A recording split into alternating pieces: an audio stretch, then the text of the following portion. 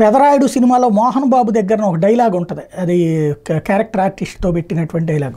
ఏనాడు వినకూడననుకున్న మాట వినలేను అనుకున్న మాట విన్నానమ్మా, ఏనాడు కనలేను అనుకున్నది కన్నానమ్మా అని. ఇప్పుడు ప్రస్తుతం అలాంటిదే బ్రిటన్లో జరుగుతుంది. ఏనాడు వినను అనుకున్నటువంటి జరుగుతుంది. ఏంటంటే బ్రిటన్ పౌరుల మీద బ్రిటన్లోనే దాడి.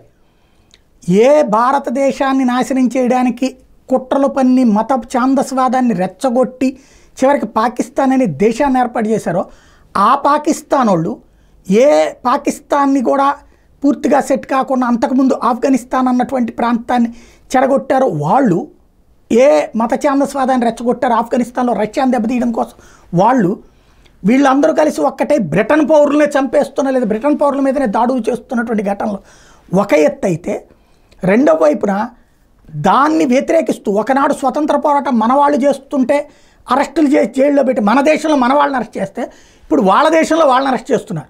రెండవది, మన దేశంలో ఇదివరకు క్రిస్టియన్స్ మత మార్పిళ్ల కోసం గ్రామాలకు వెళ్తే అదేంటి అని నిలదీస్తే అరెస్టులు చేసేవాళ్ళు. ఇప్పుడు బ్రిటన్లో క్రైస్తవ మత ప్రచారకుల్ని అరెస్ట్ చేసినటువంటి సంఘటన సంచలనం సృష్టిస్తోంది. తాజాగా జరిగినటువంటి సంఘటన, స్ట్రీట్ ప్రీచర్ లండన్లో అరెస్ట్ అయ్యారు.